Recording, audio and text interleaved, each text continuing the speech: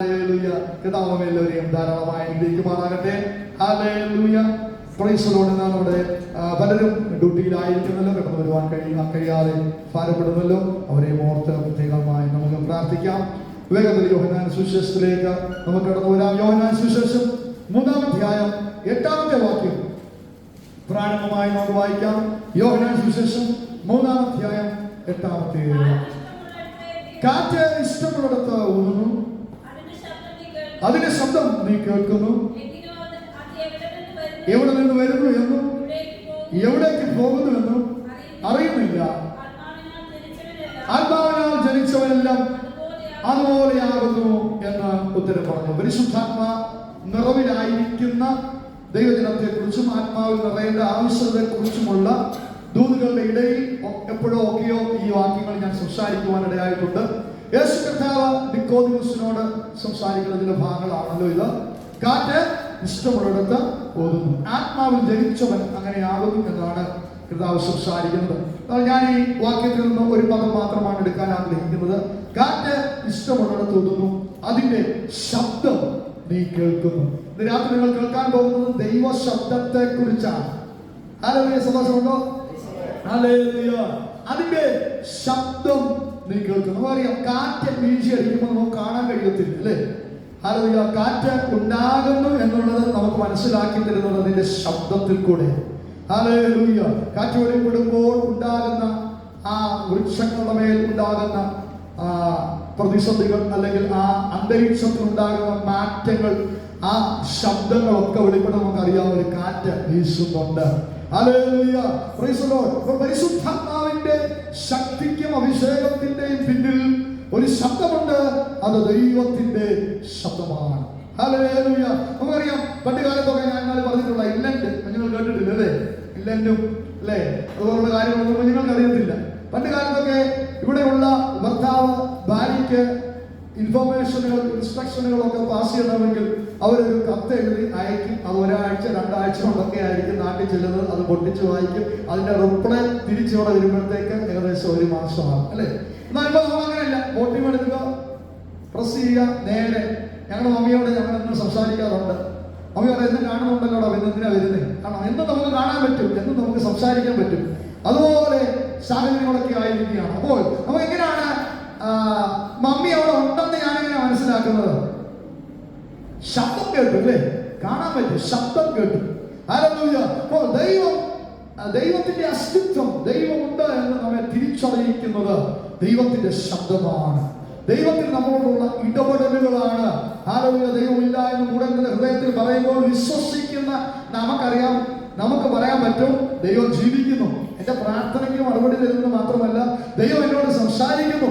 ദൈവം അഭിഷക്തന്മാരിൽ കൂടെ എന്നോട് സംസാരിക്കുന്നു. ഹല്ലേലൂയ. ഇപ്പോൾ നാം കേട്ടതുപോലെ കർത്താവിനെ നേരിട്ട് കണ്ടിരുന്നെങ്കിൽ, അല്ലേ? കർത്താവിനെ നേരിട്ടൊന്ന് സംസാരിക്കാൻ കഴിഞ്ഞിരുന്നെങ്കിൽ, അല്ലേ?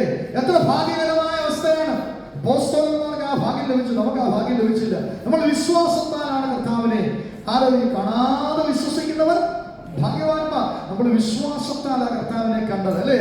അത് വിശ്വാസത്താലാണ് കർത്താവിനെ റിസീവ് ചെയ്തത്. അപ്പോസ്തലന്മാർ അവനോട് നടന്നു, അവനെ തൊട്ടു. അത് എത്ര ഭാഗ്യ പദവിയാണ്. ഹല്ലേലൂയ. മറിയയ്ക്ക് ലഭിച്ചത് ഹല്ലേലൂയ ഉയർത്തെഴുന്നേറ്റ ക്രിസ്തുവിനെ ഹല്ലേലൂയ കാണുവാൻ അവർക്കിടയായി തീർന്നു. അപ്പോൾ നമുക്ക് ആ ഭാഗ്യം ലഭിച്ചില്ലെങ്കിലും നമ്മൾ വിശ്വാസ കണ്ണാൽ കർത്താവിനെ കാണുന്നു, കർത്താവിനെ റിസീവ് ചെയ്യുന്നു. അപ്പോൾ ശബ്ദം തിരിച്ചറിയുവാൻ നമുക്ക് കഴിയുന്നത് കൊണ്ട് വചനത്തിൽ കൂടെ ശബ്ദം തിരിച്ചറിയുവാൻ കഴിയും. അഭിഷക്തന്മാരിലൂടെ, അവരുടെ ദൂതുകളിലൂടെ ശബ്ദം തിരിച്ചറിയാൻ കഴിയും. ഇനി നിങ്ങളുടെ ആത്മീയ നിലവാരം കുറെ കൂടെ നിങ്ങൾ വർദ്ധിപ്പിച്ച ദൈവത്തോട് അടുത്തിരുന്നാൽ അക്ഷരികമായും ദൈവം സംസാരിക്കും, അല്ലേ? പഴയ നിയമത്തിൽ സംസാരിച്ച ദൈവം പുതിയ നിയമത്തിൽ സംസാരിച്ചിട്ടുണ്ട്, അല്ലേ? ശബ്ദമായി സംസാരിച്ചിട്ടുണ്ട്. ആരോട് പറയാമോ? ശൗലിനോട് സംസാരിച്ചിട്ടുണ്ട്, അല്ലേ?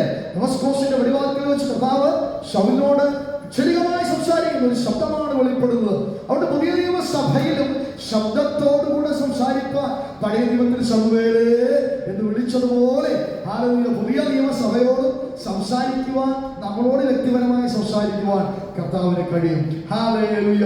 1 കൊരിന്ത്യർ 14-ാം അധ്യായത്തിന്റെ 7 മുതൽ 9 വരെയുള്ള വാക്യങ്ങളിലേക്ക് നമ്മുടെ ശ്രദ്ധയെ തിരിക്കാം. 1 കൊരിന്ത്യർ 14-ാം അധ്യായം 7 മുതൽ 9 വരെ.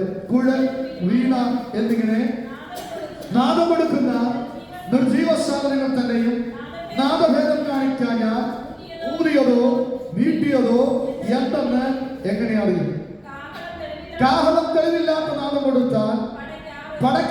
ഒരുങ്ങും. അതുപോലെ നിങ്ങൾ നാവ് കൊണ്ട് തെളിവായ വാക്ക് ഉച്ചരിക്കാഞ്ഞാൽ സംസാരിക്കുന്നത് എന്തെന്ന് എങ്ങനെ അറിയും? നിങ്ങൾ കാറ്റിനോട് സംസാരിക്കുന്നവരാകുമല്ലോ. ദൈവസഭയിൽ പരിശുദ്ധാത്മാഭിഷേകത്തോടെ അന്യഭാഷയിൽ സംസാരിക്കുന്നതിനെ കുറിച്ചും പ്രബോധനത്തെ കുറിച്ചും ഒക്കെ പറഞ്ഞു വരുമ്പോഴാണ് പൗലോസ് അപ്പോസ്തലൻ ഈ ഭാഗം പറയുന്നത്.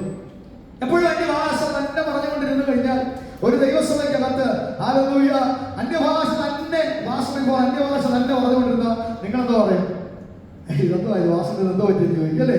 ഹല്ലേലൂയ. അപ്പോ തെളിവോടുള്ള ചില വാക്കുകൾ ഉച്ചരിക്കാൻ ഞാൻ സംസാരിക്കുന്നതെന്തെന്ന് എങ്ങനെയാണ്? സത്യത്തിൽ അന്യഭാഷയിൽ നാം സംസാരിക്കുന്നത് നമുക്ക് തന്നെ ആത്മീക വർധന വരുത്തുന്ന ശുശ്രൂഷ ആയതുകൊണ്ട് അത് നമ്മുടെ വ്യക്തിപരമായ ജീവിതത്തിൽ ദൈവസഭയിൽ വന്ന് ആരാധിക്കുമ്പോൾ പറയേണ്ടതല്ല, ദൈവസാന്നിധ്യം വെളിപ്പെടുമ്പോൾ നമ്മൾ പറയും. അതിലുപരി നമ്മുടെ വ്യക്തിപരമായ ജീവിതത്തിൽ നാം ദൈവത്തോട് അടുത്തിരിക്കുമ്പോഴാണ് ഏറ്റവും കൂടുതൽ പറയേണ്ടത്. വരുമ്പോഴെങ്കിലേ ഞാൻ ഇത്ര പറയത്തുള്ളൂ എന്ന് പറയാതെ നമ്മൾ ദൈവത്തോട് അടുത്തിരിക്കുമ്പോൾ ദൈവസാന്നിധ്യം അനുഭവിക്കുമ്പോഴാണ് വ്യക്തിപരമായ ജീവിതത്തിലാണ് ആത്മീക വർധനയ്ക്ക് വേണ്ടി അന്യഭാഷയിൽ അധികം സംസാരിക്കേണ്ടത്. എന്നാൽ ഇവിടെ സഭയോടുള്ള ബന്ധത്തിൽ അപ്പോസ്തലനായ പൗലോസ് പറയുകയാണ്, ഹല്ലേലൂയ, അന്യഭാഷയിൽ എല്ലാവരും നിങ്ങൾ സംസാരിച്ചുകൊണ്ടിരുന്നു കഴിഞ്ഞാൽ ഹല്ലേലൂയ ദൈവസഭയ്ക്ക് അത് പ്രയോജനമാകത്തില്ല. നിങ്ങൾ നാവ് കൊണ്ട് തെളിവായ വാക്ക് ഉച്ചരിക്കാഞ്ഞാൽ സംസാരിക്കുന്നത് എന്തെങ്ങനെയെന്ന് അറിയും. നിങ്ങൾ കാറ്റിനോട് സംസാരിക്കുന്നത് പോലെ ആയിരിക്കും. അതുകൊണ്ട് ശബ്ദത്തിന് എന്ത് വേണം? ശബ്ദത്തിന് തെളിവായ വാക്കുകൾ വേണം. ശബ്ദത്തിന് തെളിവായ വാക്കുകൾ വേണം. പരിശുദ്ധാത്മാവിന്റെ അഭിഷേകത്തോടൊപ്പം ദൈവ ശബ്ദം കൂടെ വ്യാപരിപ്പാനിടയാകണം. ഹല്ലേലൂയ. നമുക്കറിയാം, ഭൂമി പാഴും ശൂന്യവുമായിരുന്നു. നാം ചിന്തിച്ചിട്ടുള്ളതാ, ഭൂമി പാഴും ശൂന്യവുമായിരുന്നു. വെള്ളത്തിന്റെ മേൽ എന്ത് പരിവർത്തിച്ചുകൊണ്ടിരുന്നു? പരിശുദ്ധാത്മാവ് പരിവർത്തിച്ചുകൊണ്ടിരുന്നു. പരിശുദ്ധാത്മാവ് ഇങ്ങനെ റെഡിയായിക്കൊണ്ടിരിക്കുകയാണ്. ക്രിയേറ്റ് ചെയ്യാൻ വേണ്ടി പരിശുദ്ധാത്മാവ് സൃഷ്ടിക്കാൻ വേണ്ടി ഇങ്ങനെ തയ്യാറായെടുത്തുകൊണ്ടിരിക്കുകയാണ്. ഹല്ലേലൂയ. ഭൂമി പാഴായിരുന്നു, ശൂന്യമായിരുന്നു. എന്നാൽ ഈ ഭൂമി ഒന്ന് മാറ്റാൻ വേണ്ടി പരിശുദ്ധാത്മാവ് തയ്യാറെടുത്തുകൊണ്ടിരിക്കുകയാണ്. ഞാൻ ശുശ്രൂഷ പറഞ്ഞതാണ്, ബ്രൂഡിംഗ് സ്പിരിറ്റ് എന്നാണ് എഴുതിയിരിക്കുന്നത്. തള്ളക്കോഴി തന്റെ കുഞ്ഞുങ്ങളെ ചിറക് വിരിച്ച് അവരുടെ തള്ളക്കോഴിയുടെ കീഴിലാക്കി പ്രൊട്ടക്ട് ചെയ്യുന്നത് പോലെ ബ്രൂഡിംഗ് സ്പിരിറ്റ് എന്നാണ് അവിടെ എഴുതിയിരിക്കുന്നത്. ആ പരിവർത്തിച്ചുകൊണ്ടിരിക്കുന്ന ആത്മാവാണ്. എന്നാൽ ആ പരിവർത്തിച്ചുകൊണ്ടിരിക്കുന്ന പരിശുദ്ധാത്മാവിനെ ക്രിയേറ്റ് ചെയ്യാൻ കഴിയുന്നില്ല. എന്നാൽ ദൈവത്തിന്റെ വായിൽ നിന്നൊരു ശബ്ദം പുറപ്പെട്ടു. ആ ശബ്ദം എന്താ? ഉണ്ടാകട്ടെ, ഉണ്ടാകട്ടെ എന്ന് ദൈവത്തിന്റെ വായിന്നൊരു ശബ്ദം പുറപ്പെട്ടപ്പോൾ പാഴായിരുന്ന ഭൂമി, ശൂന്യമായിരുന്ന ഭൂമി സൃഷ്ടിപ്പിനായി പരിശുദ്ധാത്മാവ് തയ്യാറെടുത്തു.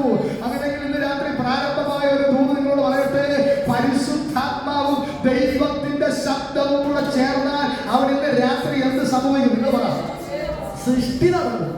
ക്രിയേറ്റീവ് മിറക്കിൾ നടക്കും. ക്രിയേറ്റീവ് മിറക്കിൾ ഇതുവരെ നടക്കാതിരുന്നത്. ഹല്ലേലൂയ. സാറയുടെ ഗർഭപാത്രത്തിൽ ജീവൻ, പുത്രാത്മാവിന്റെ ശക്തി നഷ്ടപ്പെട്ടു. ഹല്ലേലൂയ. എല്ലാവരും ഇല്ലാത്തതിന് ഉള്ളതുപോലെ ഒഴിക്കുവാൻ കഴിയുന്നവന്റെ കരം വ്യാപരിപ്പാനിടയാകും. ശൂന്യതയിൽ നിന്ന് ക്രിയേറ്റീവായുള്ള കരം വ്യാപരിപ്പാനിടയാകും. എത്ര പേര് പ്രാരംഭമായി ദൂത് വിശ്വസിച്ചെടുക്കും? ദൈവത്തിന്റെ വായിൽ നിന്ന് ഇന്ന് രാത്രി ചില ശബ്ദങ്ങൾ വെളിപ്പെടട്ടെ.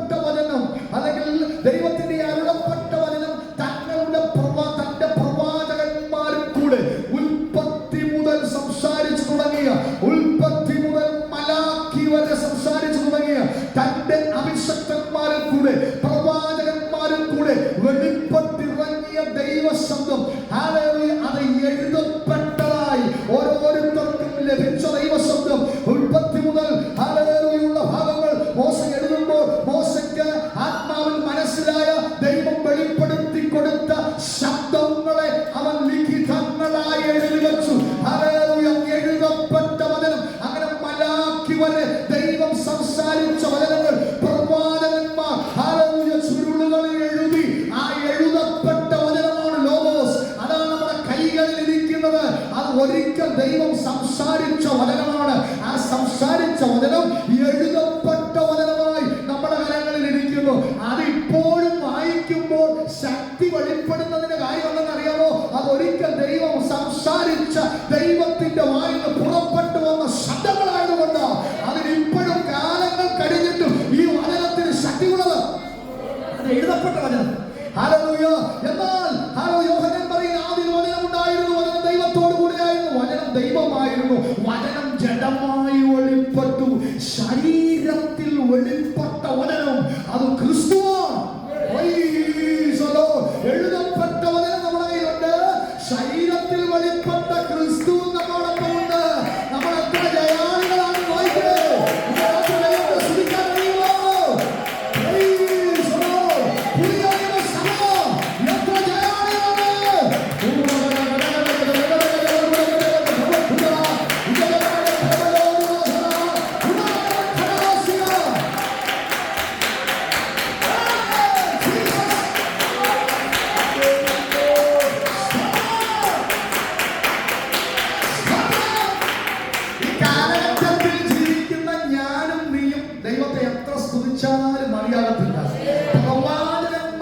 വെളിപ്പെട്ട ദൈവശബ്ദം അവർ ചുരുളുകളായി എഴുതിയത്.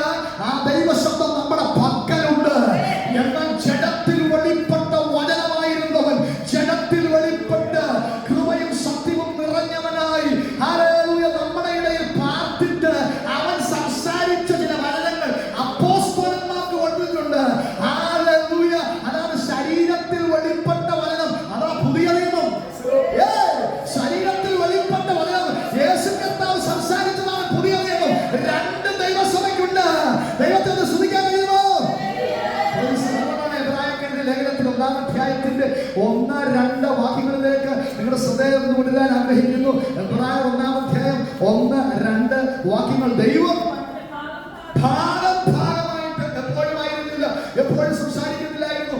ഭാഗമായിട്ട് അബ്രഹാമിനോട്, നോഹയോട്, മോശയോട് ഭാഗമായിട്ട് വിവിധമായ നിലകളിൽ പ്രവാചകന്മാർ മുഖാന്തരം പിതാക്കന്മാരോട് അരുളിച്ചേ. അപ്പൊ ഭാഗമായും വിവിധമായും പ്രവാചകന്മാർ മുഖാന്തരമായും നമ്മുടെ പിതാക്കന്മാരോട്, അബ്രഹാം മുതൽ ഇങ്ങോട്ട് വന്ന പിതാക്കന്മാരോട് അരുളി ചെയ്ത വചനം, അതാണ് എഴുതപ്പെട്ട വചനം, നമ്മുടെ കയ്യിലിരിക്കുന്ന പഴയ നിയമം.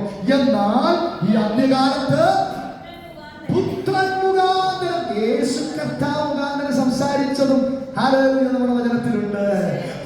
അവൻ വെളിപ്പെട്ട വചനം ജഡമായി തീർന്നവനാണ്. അവൻ പുത്രൻ മുഖാന്തരം നമ്മോട് അരുളി ചെയ്തിരിക്കുന്നു. അവനെ താൻ സകലത്തിനും അവകാശിയാക്കി വെച്ചു. അവൻ മുഖാന്തരം ലോകത്തെ ഉണ്ടാക്കി. അപ്പൊ പ്രവാചകന്മാരോട് സംസാരിച്ച യഹോവയായ ദൈവത്തിന്റെ വചനങ്ങളും ജഡത്തിൽ വെളിപ്പെട്ട വചനമായിരുന്നവൻ സംസാരിച്ച പുതിയ നിയമവും കൈവശമുള്ള ജനമായത്. സന്തോഷമുണ്ടോ? നിന്റെ ചെറിയ വിഷയങ്ങളെ ഓർത്ത് നീ ഭാരപ്പെടരുത്. സംസാരിക്കുന്ന ഒരു ദൈവത്തെയാണ് നീ സേവിക്കുന്നത്. ഇടപെടുന്ന ഒരു ദൈവത്തെയാണ് സേവിക്കുന്നത്. പ്രവാചകന്മാരോട് സംസാരിച്ച ഒരു ദൈവത്തെയാണ് സേവിക്കുന്നത്. അതുകൊണ്ട് ഒരു മഹത്വവും കർത്താവിന് കൊടുത്താണ്ട്. എന്താണ് ദൈവശബ്ദത്തിന്റെ പ്രത്യേകത? ദൈവശബ്ദത്തിന്റെ പ്രത്യേകതയെ കുറിച്ച് ഏറ്റവും ശക്തമായി എഴുതിയിരിക്കുന്ന ഒരധ്യായമാണ് സങ്കീർത്തനങ്ങളുടെ പുസ്തകം. സങ്കീർത്തനം 29:3 മുതൽ 11 വരെ വായിച്ചാണ്ട് ഹല്ലേലൂയ ദൈവശബ്ദത്തിന്റെ പ്രത്യേകതയെ കുറിച്ച് അവർ എഴുതിയിട്ടുണ്ട്. യഹോവയുടെ ശബ്ദം വെള്ളത്തിന്റെ മീതെ മുഴങ്ങുന്നു, പെരുവെള്ളത്തിന് മീതെ. യഹോവ മഹത്വത്തിന്റെ ദൈവം തന്നെ ഇടിമുഴക്കുന്നു. യഹോവയുടെ ശബ്ദം ശക്തിയോടെ മുഴങ്ങുന്നു. യഹോവയുടെ ശബ്ദം മഹിമയോടെ മുഴങ്ങുന്നു. യഹോവയുടെ ശബ്ദം ദേവദാരുക്കളെ തകർക്കുന്നു. ലബാനോന്റെ ദേവദാരുക്കളെ തകർക്കുന്നു.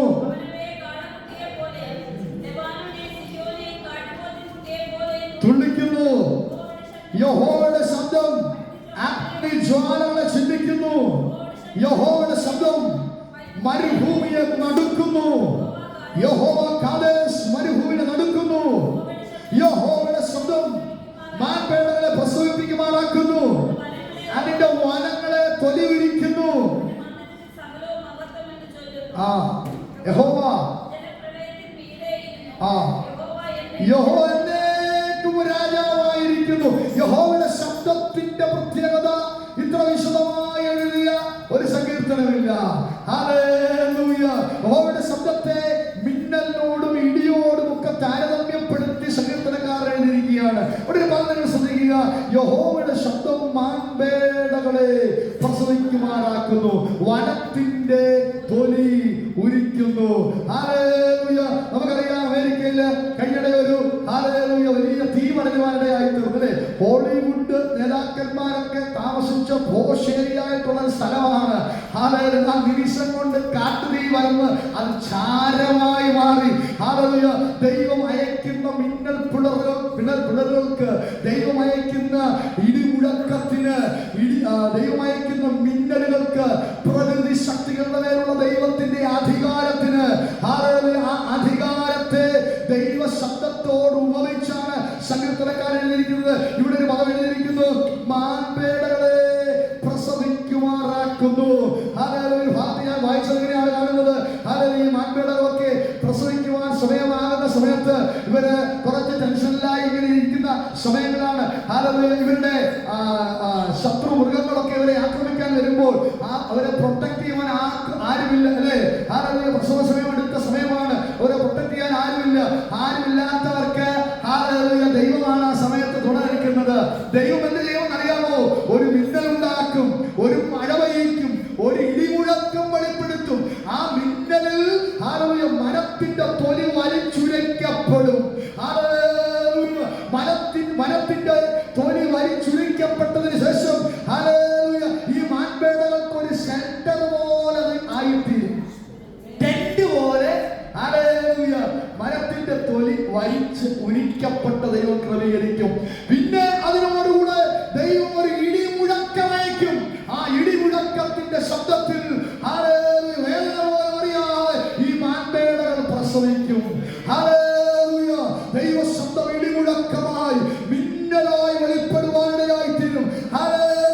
ലെബാനോനെയും സീരിയോനെയും കാട്ടുപോത്തിൻ കുട്ടിയെ പോലെ തുള്ളിക്കുന്നതാണ് ദൈവ ശബ്ദം. ഇന്ന് രാത്രി നമ്മുടെ സഭയ്ക്കകത്ത് വ്യക്തിപരമായ ജീവിതത്തിൽ ദൈവ ശബ്ദം വെളിപ്പെട്ടാൽ അതെത്ര അനുഗ്രഹമായിരിക്കും. ഇന്ന് രാത്രി ചേർന്ന് ദൈവത്തെ ശ്രദ്ധിക്കുവാൻ കഴിയുമോ? ഹല്ലേലൂയ. Praise the Lord. ദൈവശബ്ദത്തിന്റെ പ്രത്യേകതകളെ കുറിച്ച് 4 പ്രത്യേകതകളെ കുറിച്ച് വേഗത്തിൽ പറയുവാൻ ആഗ്രഹിക്കുന്നു. ഒന്ന്, ദൈവശബ്ദത്തിന്റെ പ്രത്യേകത ക്രിയേറ്റീവ് പവറാണ്. നമ്മൾ ചിന്തിച്ചു കഴിഞ്ഞാൽ ക്രിയേറ്റീവ് പവർ, മിറക്കിളിനെ സൃഷ്ടിക്കുവാൻ കഴിയും, ഇല്ലാത്തതിനെ ഉള്ളതുപോലെ വിളിക്കുവാൻ കഴിയും. വെള്ളത്തിന്മേൽ പരിവർത്തിച്ച പരിശുദ്ധാത്മാവിനെ കുറിച്ച് നാം ചിന്തിച്ചു, അല്ലേ? ഉണ്ടാകട്ടെ എന്നൊരൊറ്റ ദൈവശബ്ദം സകലത്തെയും സൃഷ്ടിപ്പാനിടയായി തീർന്നു. ഞാൻ വചനം കൊണ്ട് നിർമ്മിതമായ ഗ്രഹത്തെ കുറിച്ചൊക്കെ കഴിഞ്ഞ ദിവസം പറഞ്ഞല്ലോ. ആ ഗ്രഹത്തിനകത്ത് നടക്കുന്ന രാസവസ്തുക്കളുടെ ക്രമീകരണം കൊണ്ട് അതിരിക്കുന്നത് വചനം പോലെ മിന്നുന്ന ഒരു ഗ്രഹമാണ്. പക്ഷേ ചൂട് കൂടുതലാണ്, താമസിക്കാൻ പറ്റുന്നില്ല. വ്യത്യസ്തമായ രീതിയിലുള്ള ഗ്രഹങ്ങൾ ഈ പ്രപഞ്ചത്തെ ദൈവം സൃഷ്ടിക്കുവാൻ എടുത്തത് ഒരു ശബ്ദമാണ്, ഉണ്ടാകട്ടെ എന്നുള്ള ശബ്ദം. അപ്പോൾ ക്രിയേറ്റീവ് ചെയ്യുന്ന പവറാണ് ദൈവശബ്ദത്തിനുള്ളത്. 2, ഡിസ്ട്രക്റ്റീവ് പവറാണ് ദൈവശബ്ദത്തിനുള്ളത്. മത്തായിയുടെ സുവിശേഷം 21-ാം അധ്യായത്തിന്റെ 19-ാം വാക്യത്തിൽ നമുക്കത് കാണാൻ കഴിയുന്നുണ്ട്. മത്തായിയുടെ സുവിശേഷം 21-ാം അധ്യായം 19-ാമത്തെ വാക്യം.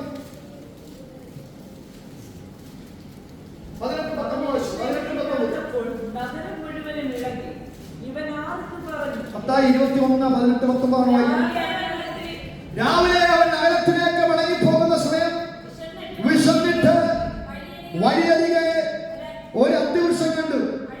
അടുക്ക ചെന്നു.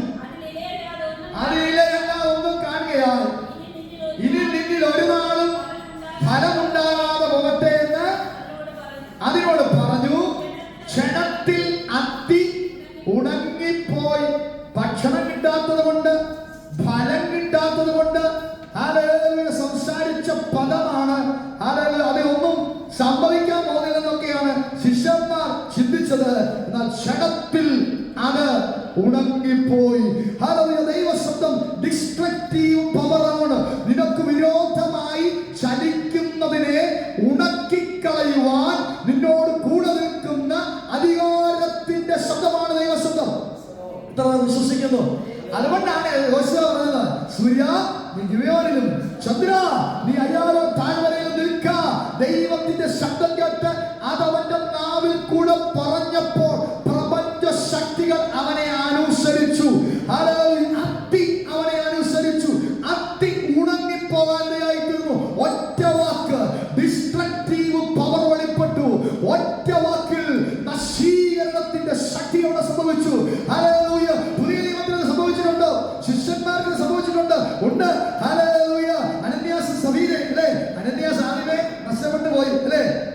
നിലത്തിൽ കുറെ വിലയൊക്കെ എടുത്തു വെച്ച് പോസ്റ്റർമാർ ആരും അറിയത്തില്ല എന്നൊക്കെ വിചാരിച്ച് ഹൃദയത്തിലൊക്കെ പ്ലാൻ ചെയ്ത് രണ്ടുപേരൊക്കെ സംസാരിച്ച് എല്ലാം ഒന്നും കൊടുക്കണ്ട, ദൈവസഭയ്ക്ക് മാറ്റി വെച്ചേക്കാന്നൊക്കെ പറഞ്ഞാണ് അനന്യാസ് സഫീരയും വന്നത്. അനന്യാസ് ആദ്യമേ പോയി. രണ്ടാമതൊരു പദം പത്രോസ് സഫീര വരുമ്പോൾ ഒരു പദം പറയുന്നുണ്ട്. അതിങ്ങനെയാണ്, നിന്റെ ഭർത്താവിനെ കുഴിച്ചിട്ടവരുടെ കാൽ വാതിൽക്കലുണ്ട്, അവർ നിന്നെയും പുറത്തു കൊണ്ടുപോകും. ഒറ്റ പദമ. നിന്റെ ഭർത്താവിനെ ഇപ്പോൾ കുഴിച്ചിട്ടവർ പുറത്തു നിൽക്കുന്നു, അവർ നിന്നെയും കൊണ്ടുപോകും.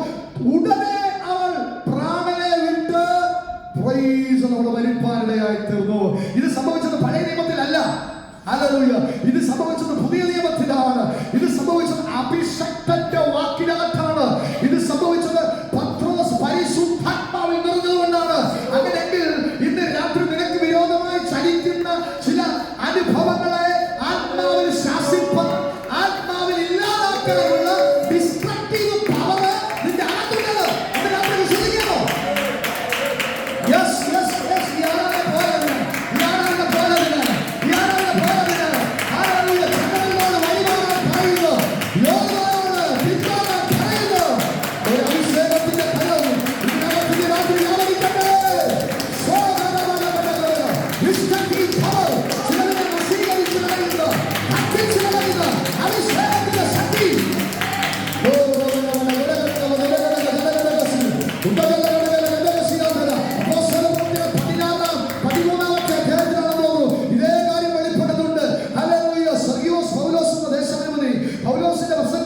വിശ്വാസത്തിലേക്ക് വരണമെന്ന് ആഗ്രഹമുണ്ട്. അകത്തിന് വിശ്വാസമൊക്കെ പരിണമിച്ചിങ്ങനെ വരുമ്പോൾ ഒരു വിദ്വാൻ പേരുള്ളവൻ അതിന്റെ വിശ്വാസത്തെ തടുക്കാൻ ശ്രമിച്ചു.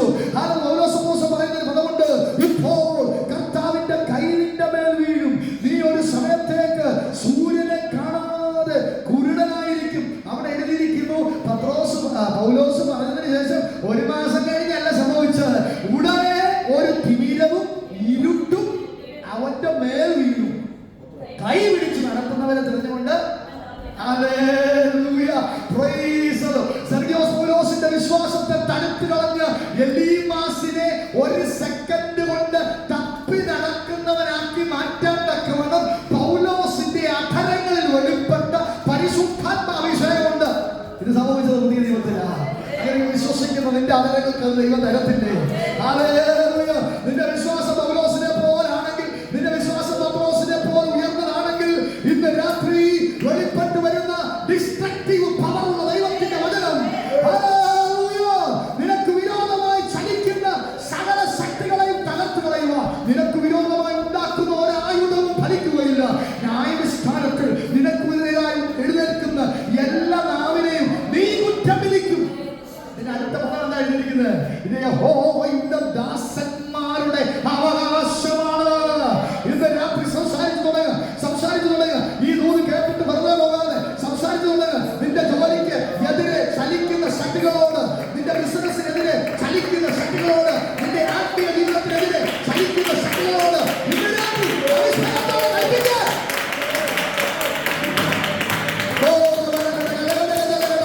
there is destructive power.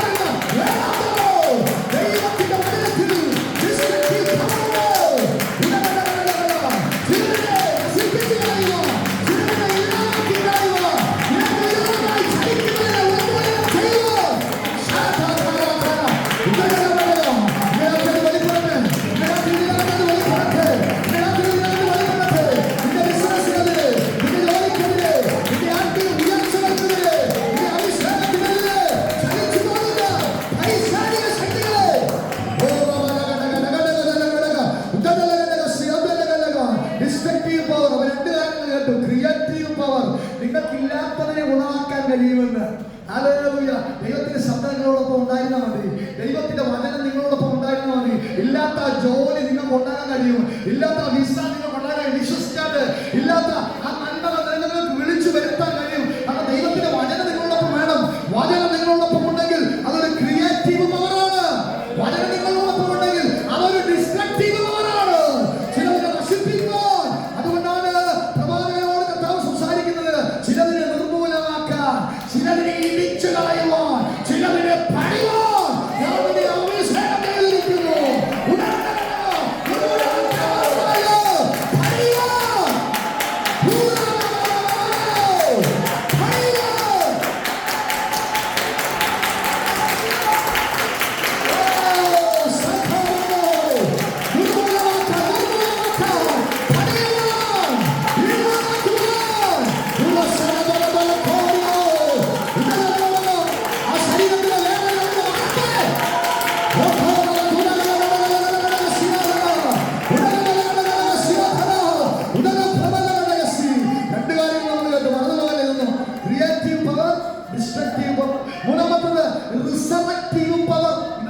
ഉയർത്തുന്ന ശക്തിയാണ്.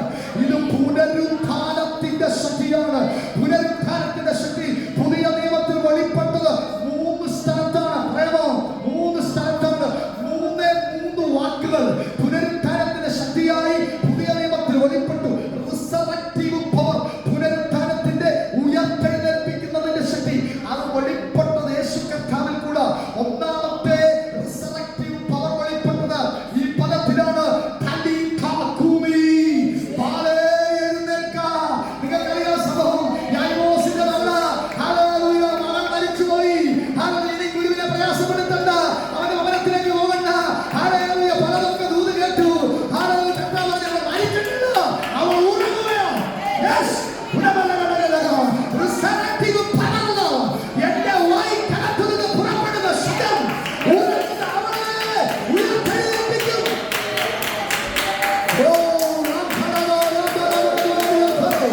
ഇന്ന് രാത്രി ചിലത് ഉറങ്ങി കിടക്കുന്നുണ്ടെങ്കിൽ ഇന്ന് രാത്രി റിസറക്റ്റീവ് പവർ അവനെ എഴുന്നേൽപ്പിക്കട്ടെ.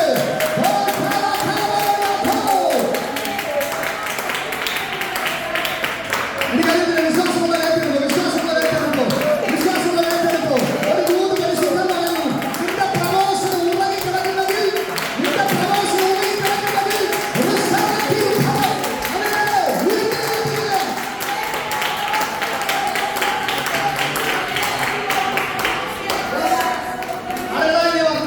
കഷ്ടപ്പെടുന്നുണ്ട് കമ്പനിക്ക് വേണ്ടി. എനിക്കറിയത്തില്ല, ദൂത് വിശ്വസിച്ചോ? ആരോഗ്യം ചെന്നവരെ ദൂതായി വെളിപ്പെടാൻ പോകുക, അത് ഫലമായി വെളിപ്പെടാൻ പോകുക. ആരോഗ്യം നാളുകളായി കമ്പനിക്ക് വേണ്ടി കഷ്ടപ്പെടുന്നുണ്ട്, വർക്ക് ചെയ്യുന്നുണ്ട്. ആരോഗ്യം പ്രമോഷനില്ല, നിന്റെ പേര്, നിന്റെ ലിസ്റ്റൊക്കെ ആരോഗ്യം പലപ്പോഴും മാറ്റിക്കളയുക. ഇന്ന് രാത്രി വിശ്വസിക്കുക, ഇത് റിസറക്റ്റീവ് പവറാണ്. ഉണർച്ചയായി കൊണ്ടുവരുന്ന, ഉറങ്ങിക്കിടക്കുന്നതിനെ ഉണർത്തുന്ന, മരണത്തിൽ നിന്ന് ചിലതിനെ ജീവനിലേക്ക് നയിക്കുന്ന റിസറക്റ്റീവ് പവർ.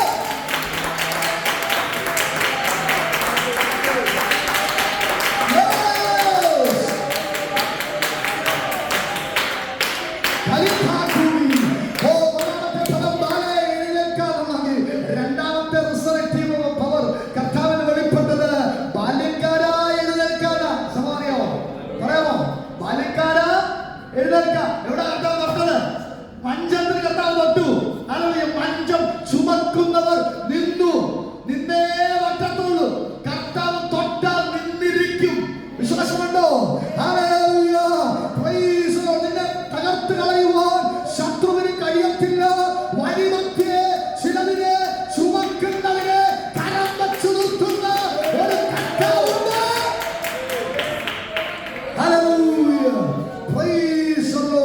അടുത്ത പദം ബാലിക്കാരാ എഴുന്നേൽക്ക. വിധവയുടെ മകൻ എഴുന്നേറ്റു. മൂന്നാമത്തെ പറയാമോ? പുറത്തു വരിക. റിസറക്റ്റീവ് പവർ. ശീലം കൊണ്ട് പൊതിഞ്ഞവൻ, കല്ലുരുട്ടി വെച്ചവൻ, സുഗന്ധദ്രവ്യങ്ങൾ വയറ്റിൽ കുത്തി നിറച്ചവൻ, ഒറ്റ പദം പറഞ്ഞു കർത്താവ്, പുറത്തു വരിക, പുറത്തു വരിക. ഇന്ന് രാത്രി വിശ്വസിച്ചാട്ടെ, വചനത്തിന് റിസറക്റ്റീവ് പവർ ഉണ്ട്. പുനരുത്ഥാനത്തെ കൊണ്ടുവരാൻ കഴിയും, ഉറങ്ങിയതിനെ തിരിച്ചു പിടിക്കാൻ കഴിയും, മരിച്ചതിനെ തിരിച്ചു പിടിക്കാൻ കഴിയും. വിശ്വസിക്കുന്നുണ്ടോ? അടുത്തത് റിഡംപ്റ്റീവ് പവർ, വിടുതൽ പകരാൻ കഴിയും. റിഡംപ്റ്റീവ് പവർ. ഹല്ലേലൂയ. ഞാൻ ഭാഗം പറയാം, നിങ്ങൾ പറയണം ഏത് ഭാഗമാണ്, ഏത് അധ്യായമാണെന്ന് നമ്മൾ പറഞ്ഞോളാം. Price the Lord. ഹല്ലേലൂയ.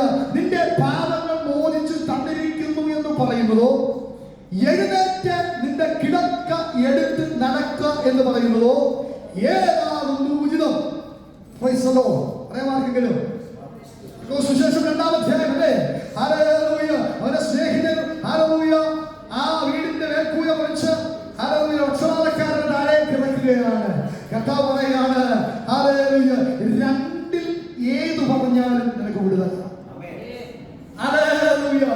പാപങ്ങളെ മോചിക്കാൻ ഇവനാരാണ് ചോദിക്കുന്ന ഹല്ലേലൂയ പരീശന്മാരുടെ സദൂക്യന്മാരുടെ നടുവിൽ കർത്താവ് പറയുക, നീ അത് പറഞ്ഞുകൊണ്ടിരിക്കുമ്പോ ഞാൻ പറയുന്നു, പാപങ്ങളെ മോചിപ്പാൻ എനിക്ക് അധികാരമുണ്ട്. ഞാൻ പാപങ്ങളെ മോചിച്ച് തന്നിരിക്കുന്ന നിവനോട് പറഞ്ഞാലും, എഴുന്നേറ്റ് കിടക്ക എടുത്ത് നടക്കാതെ പറഞ്ഞാലും അത് വെളിപ്പെടുത്തുന്നത് റിഡംറ്റീവ് പവറാണ്. വിടുതലിന്റെ ശക്തിയാണ് അവിടെ വെളിപ്പെടുത്തുന്നത്. രണ്ടിലേത് പറഞ്ഞാലും അവർ വിടുതല. അതുകൊണ്ട് കർത്താവ് പറയുകയാണ്, നിന്റെ പാപങ്ങൾ മോചിച്ച് തന്നിരിക്കുന്നു പറയുന്നു, എഴുന്നേറ്റ് കിടക്ക എടുത്ത് നടക്കുന്നു പറയുന്നു, ഏതാകുന്നു നല്ലത്? ഹല്ലേലൂയ. സമയം പോയത് ഉൽപ്പത്തി പുസ്തകത്തിലേക്ക് എനിക്ക് വരണമെന്നുണ്ട്. ഹല്ലേലൂയ. ഒരു ഭാഗം ഒന്ന് വായിച്ച് നമ്മൾ പ്രാർത്ഥിക്കുവാൻ പോയി. ഉൽപ്പത്തി പുസ്തകം 28-ാം അധ്യായത്തിന്റെ 11 മുതൽ 13 വരെയുള്ള വാക്യങ്ങൾ ജസ്റ്റ് ഒന്ന് വായിക്കാം. അതൊന്ന് ചിന്തിക്കാൻ പറ്റുമോ എന്ന് എനിക്ക് തോന്നുന്നില്ല. ഉൽപ്പത്തി 28-ന്റെ 11 മുതൽ 13 വരെ.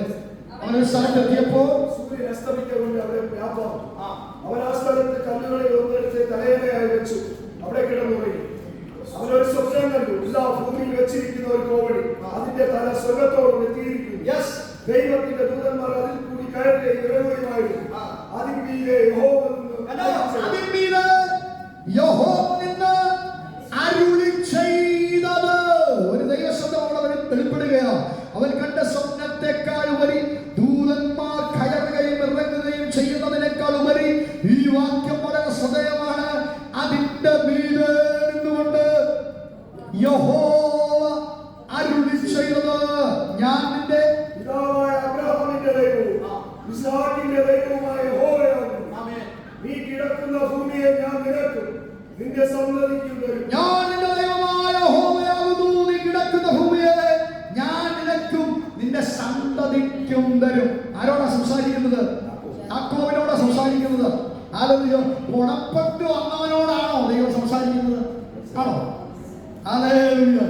Price the Lord. നീ രക്ഷിക്കപ്പെട്ട് സ്നാനപ്പെട്ട് പരിശുദ്ധാത്മാഭിഷേകം പ്രാപിച്ച് വിശുദ്ധ ജീവിതം വന്ന് നിന്ന് കാണിച്ചതാ, എന്നിട്ടും ഞാൻ നിന്നോട് സംസാരിക്കാമെന്നാണ് കർത്താവ് പറഞ്ഞത്. അല്ല, അപ്പനെയും കളിപ്പിച്ച് സഹോദരനെയും കളിപ്പിച്ച് ഉബായി എന്നുള്ള പേരെടുത്ത് സകല കളിപ്പീരും നടത്തി. ഹല്ലേലൂയ. പാപിയായി ഹല്ലേലൂയ ഒറ്റപ്പെട്ടവനായി കിടക്കുന്നവന്റെ അടുത്തേക്ക് ഒരു സ്വർഗത്തിൽ ദർശനമായി ഇറങ്ങി വന്നിട്ട് പറയുക, യാക്കോബേ, നീ തകർക്കപ്പെട്ടവനാ, നീ പരാജയപ്പെട്ടവനാ, നീ കബളിപ്പിക്കപ്പെട്ടവനാ, നീ ഉപായിയാ, പക്ഷേ ഞാൻ നിന്നെ അനുഗ്രഹിപ്പാനാണ്. നിനക്ക് ഇന്നു മുതൽ ഒരു മാറ്റം തരാൻ ഞാൻ ആഗ്രഹിക്കുന്നു. നഷ്ടപ്പെട്ടവന് വേണ്ടി ഇറങ്ങി വന്ന് സംസാരിക്കുന്നവനാണ് എന്റെ ദൈവം. ഹല്ലേലൂയ. പരാജയപ്പെട്ടവനെ തേടി വരുന്നവനാണ് എന്റെ ദൈവം. എത്ര വിശ്വാസമുണ്ട്? പാപം ചെയ്തവനെ ഉപേക്ഷിച്ച് കളയാതെ തേടി വരുന്നവനാണ് എന്റെ ദൈവം. ഹല്ലേലൂയ. യാക്കോബിനെ തേടി വരണ്ട. ഹല്ലേലൂയ. യാക്കോബിന് ദർശനം കാണിച്ചു കൊടുക്കണ്ട. യാക്കോബിന് ദൂതന്മാരെ കാണിക്കണ്ട. യാക്കോബിന് ഗോവേണി കാണിക്കണ്ട. സ്വർഗത്തോളം ഉള്ള ദർശനം കാണിക്കേണ്ട കാര്യമൊന്നും ദൈവത്തിനില്ല. ഹല്ലേലൂയ. എന്നാൽ ഹല്ലേലൂയ ഹല്ലേലൂയ പരാജയപ്പെട്ടവനെ, ഒറ്റപ്പെട്ടവനെ, ഏകാന്തത അനുഭവിക്കുന്നവനെ, മാറാൻ ആഗ്രഹിക്കുന്നവനെ തേടി വന്നൊരു കർത്താവ്. അവന്റെ ദർശനത്തിൽ കൂടെ സ്വർഗീയ ദർശനത്തെ കൊടുത്ത് പരിചയപ്പെടുത്തിയ ഒരു ദൈവം.